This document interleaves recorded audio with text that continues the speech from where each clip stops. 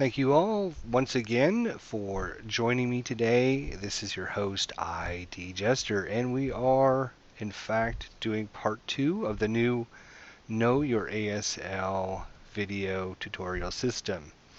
Today we are going to work on defensive fire principles, and as you can see here, defensive fire is unique, and then it can occur during the enemy movement phase as well as during your own defensive fire phase. The portion that occurs during the enemy movement phase is called defensive first fire and can be used only versus moving units, though it can also affect the terrain of the hex. Since defensive fire is such an important part of the game, I've decided to break it up into possibly some different videos. Today we're going to just focus on defensive first fire, and that again is your opportunity to attack the enemy units when it's their movement phase. So keep that in mind when we're looking at some of the questions and stuff. We're talking about just the defensive fire, first fire phase, which happens during your opponent's movement phase. We have here a typical scenario that's going on here. It's obviously been a few turns. The American player here has been pushing the Germans back and back,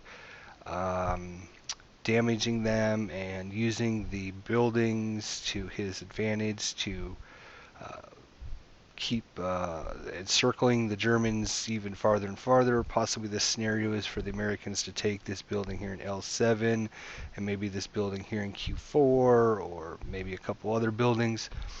He's using these defensive buildings to push the Germans back even farther and farther, damaging them, injuring them as best he can. And the German player is getting very depressed with how things are going here, and it looks like a losing situation here, and possibly only maybe a few turns remaining in this scenario, so he's holding on, hoping for the best here. As you can see by our little disc here, we are in the movement phase. It is the American player's turn. We've already had the rally phase and the prep fire phase. You can see a couple American units is already prep fired. We've now moved on to the movement phase. And so the German player is getting kind of aggravated at the scenario and what has happened. He just doesn't have the firepower to break through the +2 or +3 building defenses that the American player is using, and possibly is not doing the best job for his units during his defensive fire phase. So we're going to cover some rules and some situations that can occur during your opponent's movement phase, and some of the things that you can look at to possibly help you do a better job during your opponent's movement phase with your defensive first fire. So the first question we have for today is, what are the two main bonuses for using defensive first fire during your opponent's movement phase instead of during your defensive fire phase? As you already had learned earlier, during the defensive fire phase, not only can it happen during your opponent's movement phase, but it can also happen in the next phase, which is the defensive fire phase, if you look at the disc here. So what's the advantage of actually using defensive fire in the movement phase as opposed to waiting until you get to attack in the defensive fire phase? So that's the question. What are the two main bonuses? Give you a second to think about that. And let's look at the answers. Let's get right to it here. Alright, number one is your defensive first fire die roll modifiers. That is a big bonus for you that you can use during your opponent's movement phase. And they're going to give you a -1 die roll modifier for FFNAM and FFMO, which applies only during the defensive fire attacks, as to all case J target hit determination rolls for ordnances. So what is this FFNAM and FFMO? For those of you that are new to ASL, they are something acronyms that you will learn because they are very important and very powerful. FFMO is first fire movement in open ground, which is going to give you a -1 die roll modifier versus moving infantry in the open ground. And FFNAM, which is first fire non-assault movement, which is another -1 die roll modifier versus moving infantry, provided the target is not using assault movement. And it should be noted that both of these can apply during an attack. So not only would you get a -1 and a -1, you would get a combined -2 to your attack. And of course, remember, in ASL, rolling low is always, always, always good. So for example, if we were to look at this unit here in I7, and it was going to move, maybe he wants to move over here to K7, so he's going to move over here to J7, gives his opponent a chance to decide whether or not he wants to attack. If the German player decides to attack with J5, he's going to have a firepower of 8.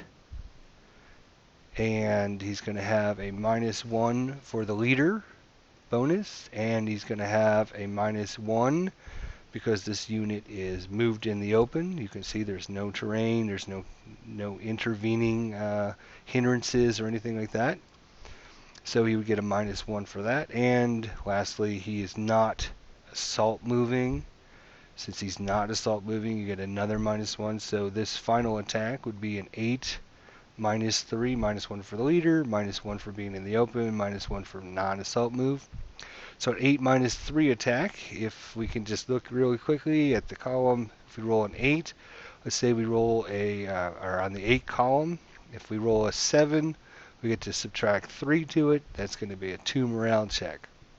So you can see without those bonuses, we'd only have a -1 for the leader, we would have a 1 morale check. Instead, we're going to have a 2 morale check, which is going to be significantly harder for the attacking player to prevent something bad from happening to his unit. So, having your defensive first fire modifiers is the first thing that is a bonus. The second thing is you get to put out residual firepower.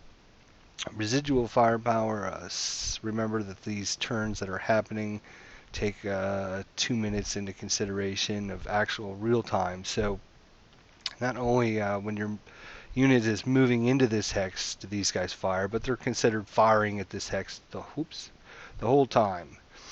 So you get to apply a residual firepower counter. They look something similar to this. Let's bring a couple out here so you can see what they look like. And so you would get half of your attack. In this case, it would be 8. Half of 8 is 4. There is a 4 column, so that would be your firepower. For example, if your firepower total was 6, and you shot on the 6 column, you would take half of 6, it would be 3 firepower. There is no 3 columns, so it would lower to 2. If it's for this attack, it was 8 firepower, half of 8 is 4, so we're going to actually put a 4 residual in this hex here. Whether your attack does anything to that enemy or not doesn't matter. You're still going to get that 4 residual in there, and basically what that does is any other unit that moves into that hex during the movement phase is going to be attacked by that residual counter immediately, and they will take any penalties or any results that happen to them just for moving into that hex. So if these guys over here decide to move into H6, let's assume that this unit moves on. Now he decides to activate these guys, and they move into that hex, and then he moves into the next hex, he'll take a 4 attack. So with residual firepower, you're going to try to place them where it's going to be harder for your opponent to move through different spaces to either get closer or farther away, or in open spaces where you don't want him to get closer to you, or try to prevent him from getting into certain hexes, things like that. So anytime, if the American unit needed it to get and capture this building here, he's coming across this street here, having a residual fire marker in there is going to prevent him. It's not going to prevent him from entering that hex, but it's going to deter him because something very bad can happen to him. If you start spreading these all around the map, and if you got some, oops, let's try that again. If you start getting some of these counters throughout the map, you can see that all of a sudden your opponent's going to start having such an easy time of advancing and moving into different locations. So the main bonuses that you receive when it's your opponent's movement phase and you're shooting at him with defensive first fire is going to be the die roll modifiers, which are -1 for the FFMO and a -1 for the FFNAM. Second bonus, obviously, is going to be your residual firepower markers that are going to go on the map.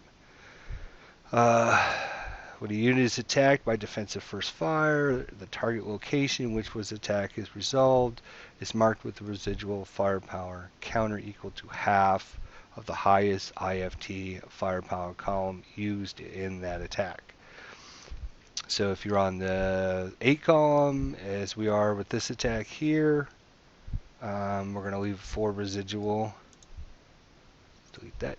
If when this unit moves from here into here, and if nothing happens, he continues moving. There's no penalty for moving out of residual firepower hex.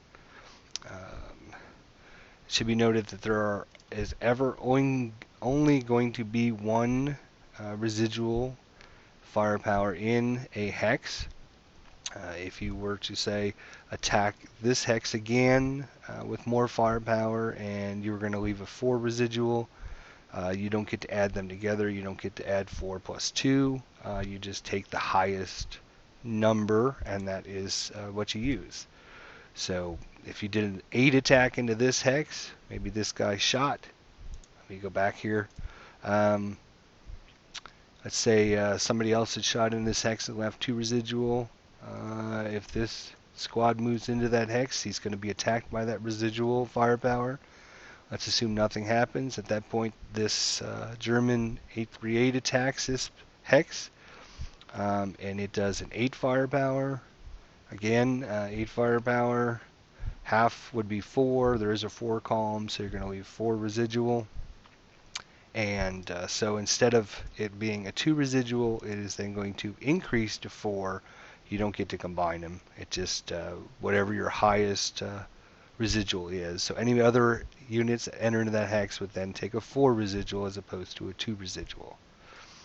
So there you go. That's some good information that you should learn about for, and you can quickly see if I had a couple 4s and maybe a 2 over here, all of a sudden these Americans that are going to try to advance are going to have a much rougher go of it. So it's always during your opponent's movement phase, and when you're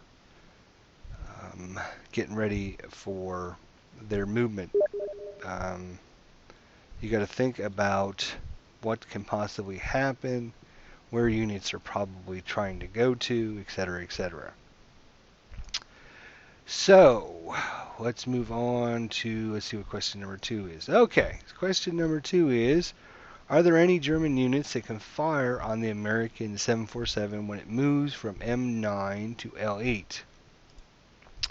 So M9, which is here, and we're going to move into, oops, go back here.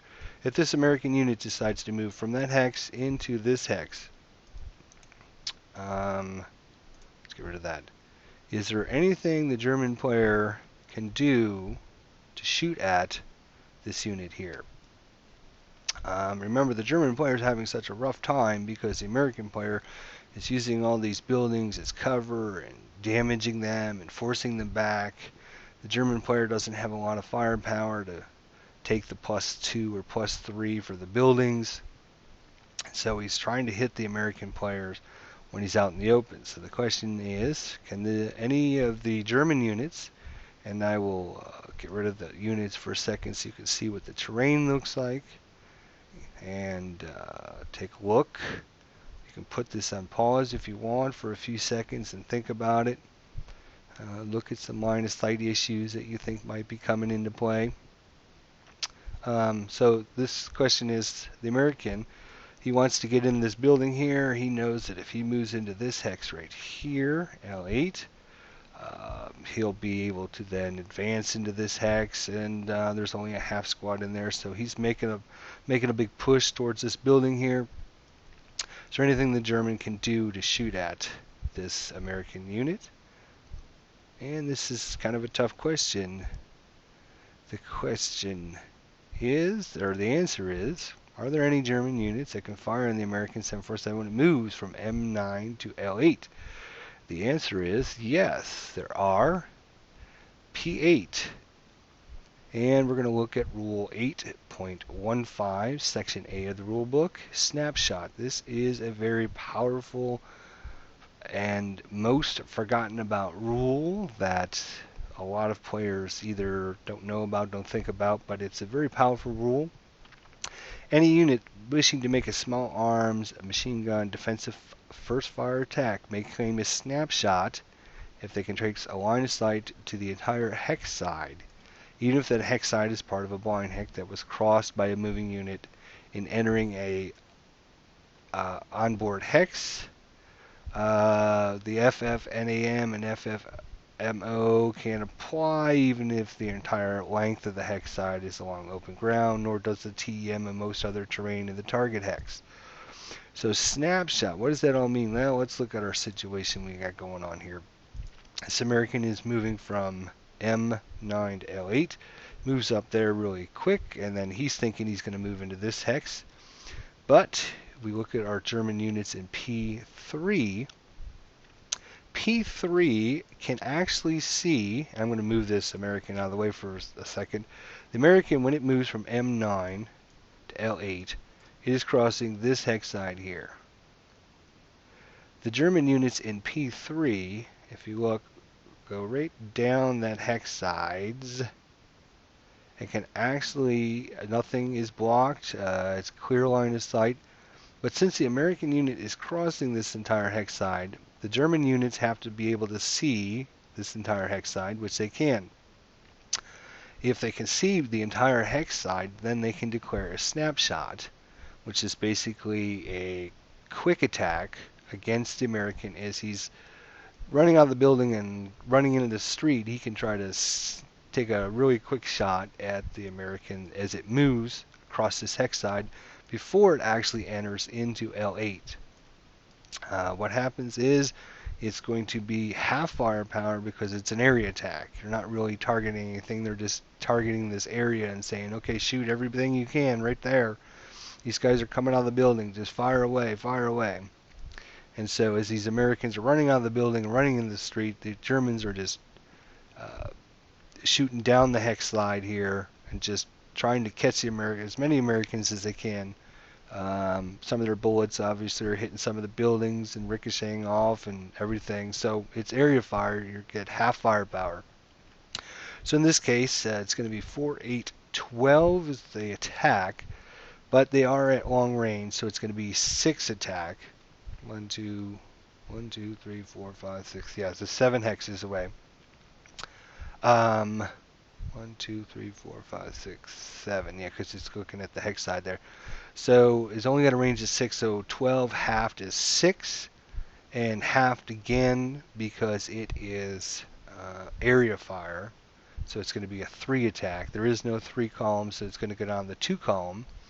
The advantage is you no longer have any TEM that possibly they're going to get covered for.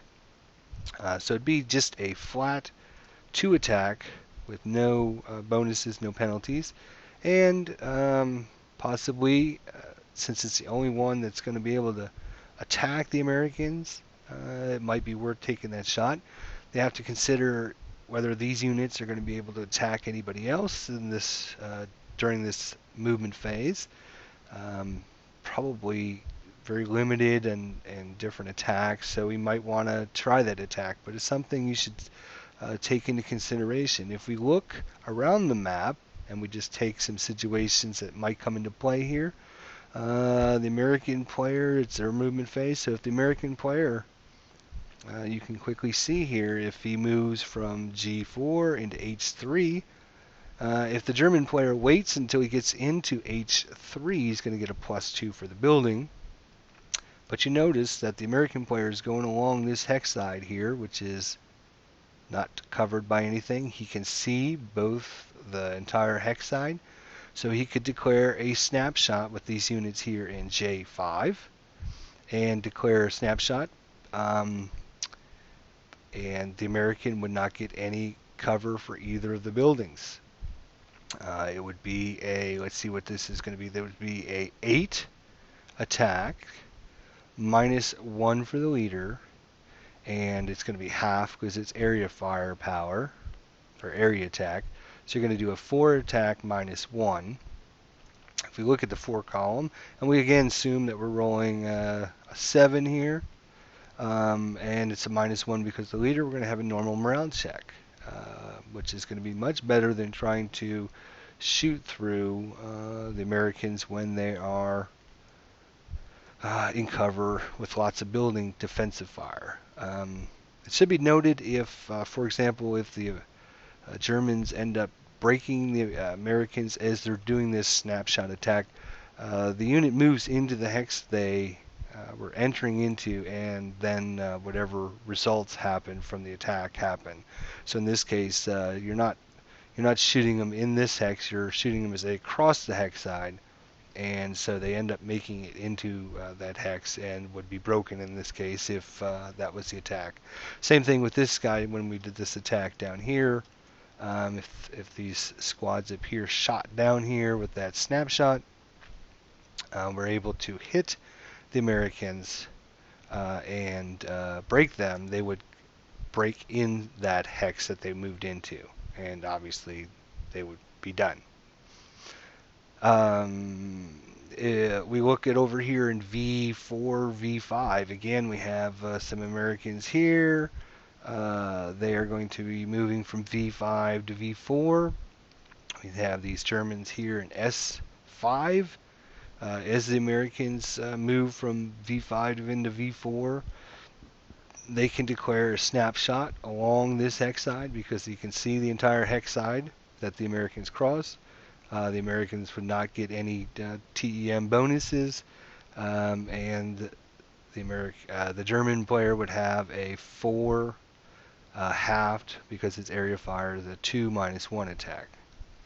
So you do lose a lot of firepower because you're doing it quickly, you don't have a lot of time, and there's you can only do this attack when they're in the open and there's not much area. Whatever the reason is, it's an area attack, so you lose some firepower, but the moving player no longer gets the TEM that he was going to be counting on. So it's something that you should throw out every once in a while to make the opponent think, well, God, if I do that, he might do a snapshot and could try to take my guys out. Is it really worth moving through that, moving over to that hex over there? So that's another thing the German player can look at. Not only can he get his defensive fire bonuses, he can get his residual firepower counters. He also has a snap fire attack that he can use against his opponent. If he can see the entire hex side that the opponent's moving through, you do lose, like I said, half your firepower for area attack. Here is another common situation we're going to look at that happens. We have a little half squad and a full squad here in 08. The American player over here he knows that, okay, well, I got to get some guys over here, and so what a lot of players do is, okay, well, the only one that can really see me is this guy here, and the 838 in N5. Everybody else is kind of blocked, so what I'll do is I'll just sacrifice my little half squad. I'll bring him out here. He'll shoot at this unit, and then he'll be marked with first fire. Then what I'll do is I'll bring my full squad around behind, and since to do subsequent first fire, it has to be the closest enemy unit. He couldn't fire on me because I'm basically farther away than these guys. These guys are more concerned with shooting these guys than they are with shooting these guys down here. So this is a very common occurrence in ASL. Is depending on the nationality, a lot of people like to break up some full squads into half squads. They use the half squads as bait, make the defensive player shoot their units, and then all of their big bad full squads get to move around with immunity and can just start causing havoc and getting into different positions just based on the way the rules are. So the question is, now that I've kind of explained it, alright, so when the American player moves his 337 unit from 08 to N7 and the German player defensive first fires at it with this 838 in N5, what could the German player do to help prevent the second American unit in the second American 747 unit from moving from 08 to N8? So same situation here. We're moving this little half squad out here.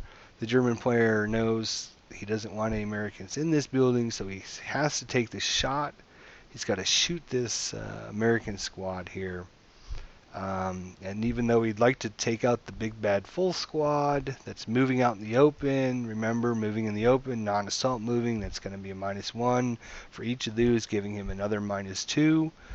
So one of the good tactics, like I said, is for the American player in this situation is use your half squad as bait. Make the German player use his big firepower attack against this guy, and if he breaks him, then it's only a half squad. But then you're able to get your full squad around the back and sneak them into this building and get them in cover again. You got a full squad again versus a half squad then. So very common occurrence to use half squads as bait to get the defensive player to use all their attacks up. And when I was talking about, we haven't really covered that rule, but when you start talking about subsequent first fire and final protective fire, that's going to come in another episode. We're just worried, we're just looking at the defensive first fire aspects of what's going on. So is there anything the German player can do if he was able to shoot this unit from N5 into N7? Is there anything he can do to help prevent this American squad from circling around and moving? We're assuming he's going to be doing that. Well, think about it for a few seconds. What do we have? Can the German player do anything that really kind of prevents the American from doing that? Well, let's see. Is there an answer? The answer is yes. The answer is spray fire. Another non well-used rule that everybody should be thinking about. And spray fire, basically any squad gun or machine gun allowed to place residual firepower may place an appropriate residual firepower counter in each of the affected locations when using spray fire, even when no enemy unit is present. We have to look up rule 9.52. So there are some restrictions on it. If we look at 9.52, spray fire cannot be used in a fire group unless all members of the fire group are capable of spray fire. Opt to use it and trace your line of sight to the same two target points. Spray fire can be used versus an empty target hex, halved again for area fire, and an adjacent occupied hex to place residual firepower in both of those hexes. So in this situation, the German player we notice has a range of 3, but it's underlined, which means he has spray fire capabilities. He can do an attack against this unit. When he does, he's going to do it in spray fire, so it's going to be half firepower. Let's look at the rest of the rules here before I try to explain it here. So squad spray fire. Squad spray fire is limited to these squads with inherent light machine guns, some submachine guns, or superior tactical training. Any squad with spray fire option is identified by an underscore beneath the range portion of his strength factor. Squad's spraying fire is identical to the machine gun fire, so we got to look up that rule, but it is limited to 3 hexes. So you can only do this within 3 hexes. If their spray fire at 3 hexes exceeds your normal range, then any beyond your normal range is half again because it's long firepower range. I think we covered section 9.52 and 9.5. If not, be sure to look these up, but let's talk about them really quickly. So, when the American moves out here, the German shoots at him, but he declares a spray fire attack because he has spray fire capabilities. It can only go out to 3 hexes. He chooses to attack N7 and N8. N7, he's going to attack with, instead of 8 firepower, it's going to be 4 firepower attack. 4 firepower attack. Since it's a 4 firepower attack, he is going to have half of that 4 firepower attack. Half is 2. There is a 2 column, so 2 residual will be left in this hex. And because it's spray fire, he's going to have an empty hex here, which is halved again. So we have 4 halved is 2. Half of that for the residual is 1. There is a 1 column, so you're going to actually leave 1 residual in this hex as well for doing the spray fire attack. So spray fire, those units that are capable of doing that, that's one of the great things you can do, and a lot of people don't use this rule or understand it. It is in the rule book under section 8.24 spray fire. Any squad machine gun or machine gun allowed to place residual firepower may place an appropriate fire counter in each of the affected locations when using spray fire, even when there is no enemy present. So again, one of the things you want to try to do is prevent or hinder or make an opponent think about going into hexes just by having your residual firepower counters on the board during your defensive fire phase. So the American was thinking about sacrificing this little 337 and making the German player use up his attack. Of course, we should be putting first fire counters on everything when they first fire, which I didn't do, but place a first fire counter, but the German player used his spray fire capabilities, placed residual in the hex he shot and in an adjacent hex, and so now the American player has to think about, wow, if I go in here, I'm going to take a 1 residual firepower attack, which means basically if you roll 5 or less, he's going to be making either a pin task check or a normal morale check. And now his plan of getting over to this building is severely hindered just because the German player understands the rules and is using all of his capabilities of his units to the best of their abilities. Having the spray fire, having units close to you, use your spray fire, put residual down there when you're defensive firing. You do lose some firepower during your attack, but it's sometimes better to leave residual firepower laying around the map. If he would have had some more squads, and let's say